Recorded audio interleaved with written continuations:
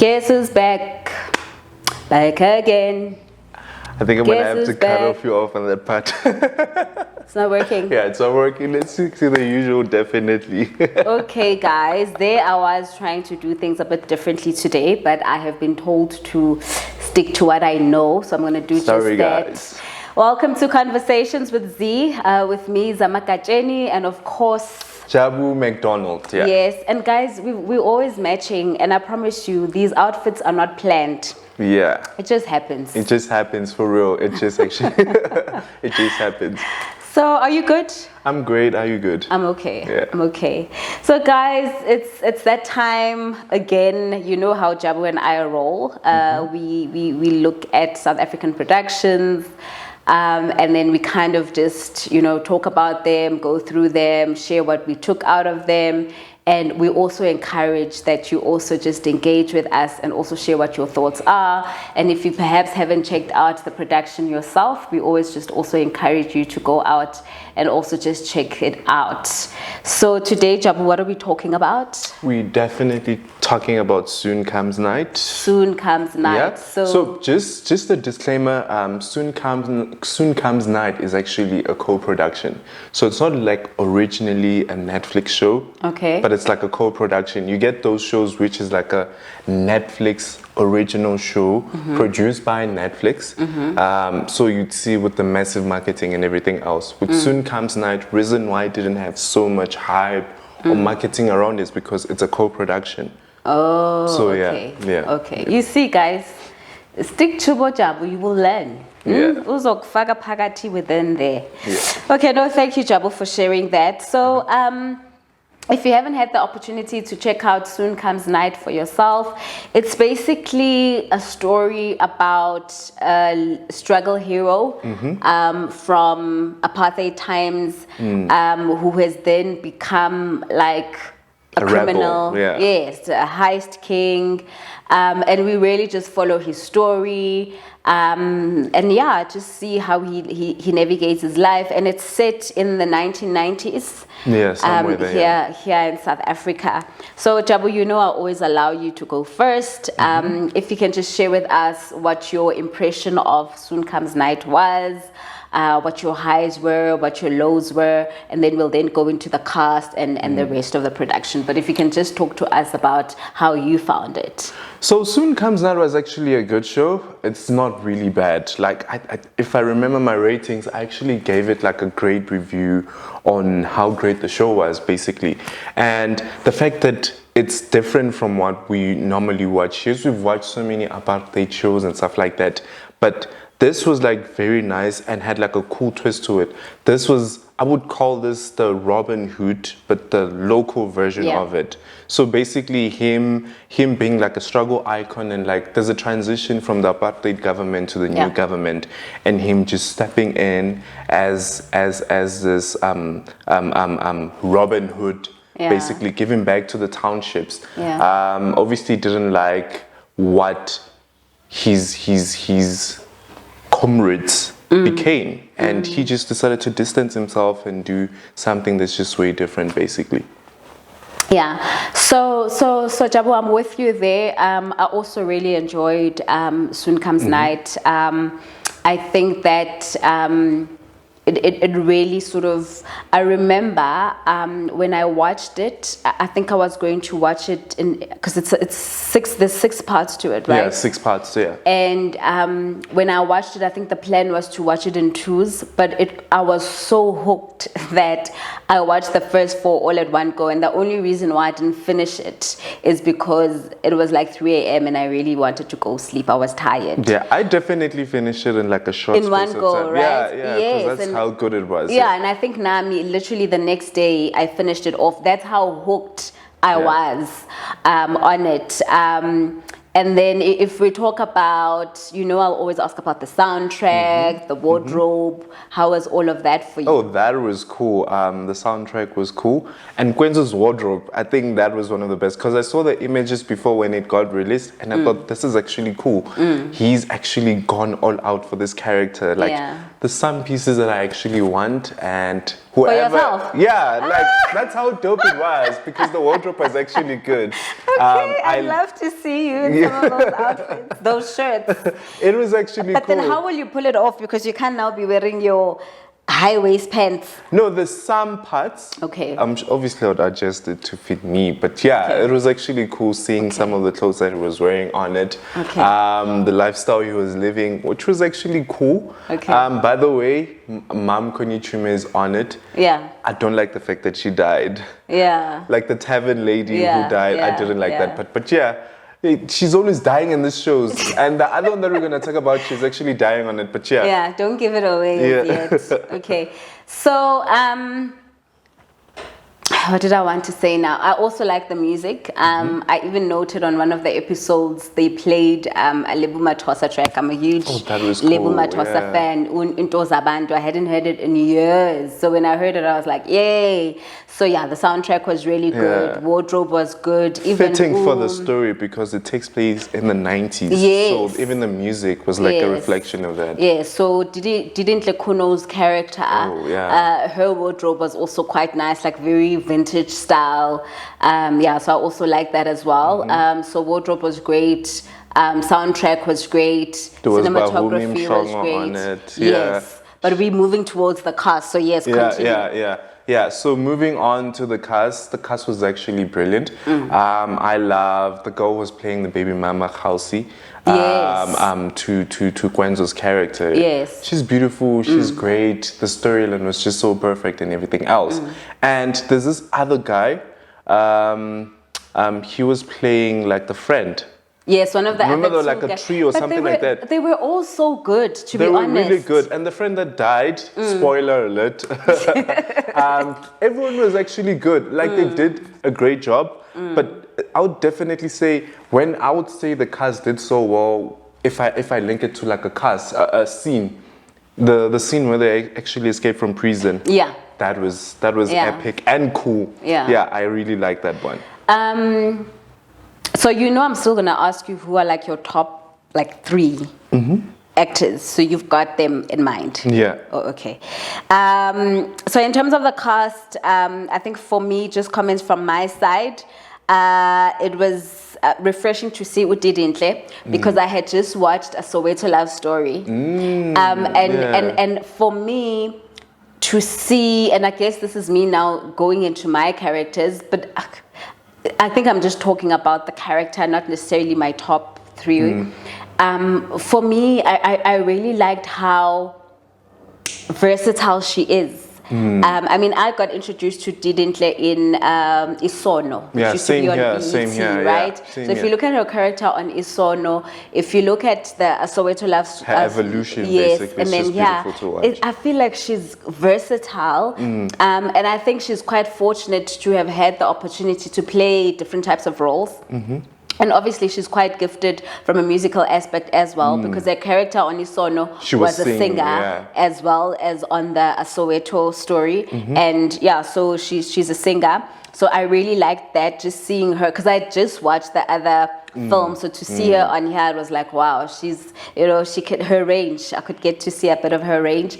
Also, Omam Konichume, as you have said, Thabo Malema was there. Dumisani Mbebe was there, Kenneth Nkosi.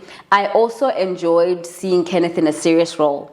I think we usually see Kenneth in those light comedy type of shows where it's him and Rapulana. So to actually see him in a serious role as a politician, I quite liked that. He has the look though. Yes, Like, but to actually see him play it well, right? Yeah. I really enjoyed that. Yeah, so no, the show was good. Some of the scenes were gruesome. I also think that group of the heist guys were really good in terms of their acting. It was just good. I think with the cast, I was happy overall. And it felt and it looked like it was in the 90s because Yes.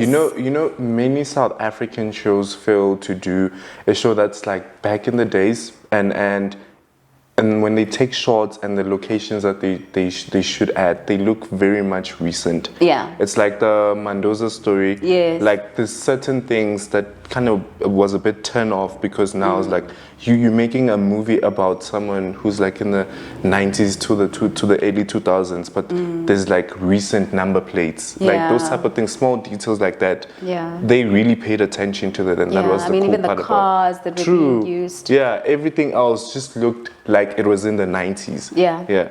And what did I want to say now, Jabu? My trail of thought ran away with me.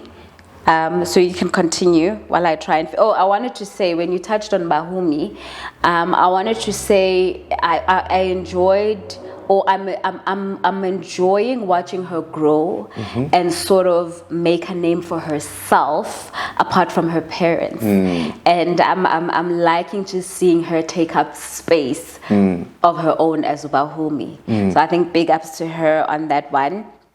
Udidi Padi was also on Miss DP. I think I'm slowly becoming a fan A of fan, her. right? Yeah. But I think she studied acting, and I think not to take away from other actors, but I think some actors that have actually gotten the training, it sort of does come out in their work. So yeah, that was refreshing. Any other highlights for you? Any other highlights? Everything was perfect, to be honest. Like everything was a highlight for me. Gwenzo's character's storyline with Khalsi, the whole love story and everything else that just transpired, that was actually beautiful to watch. Yeah. And written so well. Yeah. And I like how they actually just were consistent with that also, because sometimes there's so many ideas going. No, thank you for that, Jabu. So I think let's go on then to go into our top three. And then I think from there we'll then just rate like we normally do. So who was your top three in the cast? Top three, definitely Gwenzo, he's there. Dintle? I want to say top four. Yeah. It's fine, you're allowed. yeah. It can even be a 4, 5, 6. Yeah, Gwenzo, Dintle, Khalsi, and Kenneth Nkosi. They did so well in terms of their characters. Yeah. Kenneth Nkosi is always playing these characters, as we mentioned, comic characters and stuff like that. And now he got to play a politician, which was actually good. You could feel the emotions and everything else. And when they actually go deep into the storyline of how they're very close with the characters, like you could tell that he actually just put his all in it, basically. Okay. I think we pretty much on the same page. I think for me, I've already spoken about Dintle, and I mean she just continues to impress me. So definitely Dintle. And then Ugwenzo is a given, and I think for me, it was also. He was believable as an older man. I didn't look at him and think, no, but Gwenzo, you're young, you're playing a much older character. Like I bought into it. I believed Alex, and I think he executed that very well. He was actually doing well also. No, I guess Alex was the character's name. Oh yeah, Alex. Yes. And then remember the cop guy? So that's who I wanted to go to, and unfortunately I didn't get the actor's name, but the white cop that was sort of mentoring Didintle's character. But do you remember what his surname is? I don't remember his surname, but it's like an Afrikaans surname. It's an Afrikaans. But yeah. What, don't you think he was good? He was, and he's also in Red Ink, and he was playing like this psycho. I didn't notice him on Red Ink. It was him. Like, it's so dope. Like, it's like, to me, he's very new, and you may find that he's been on our screens for many years. I didn't. And he's actually on it, but we're gonna talk about that also. But he actually did a great job.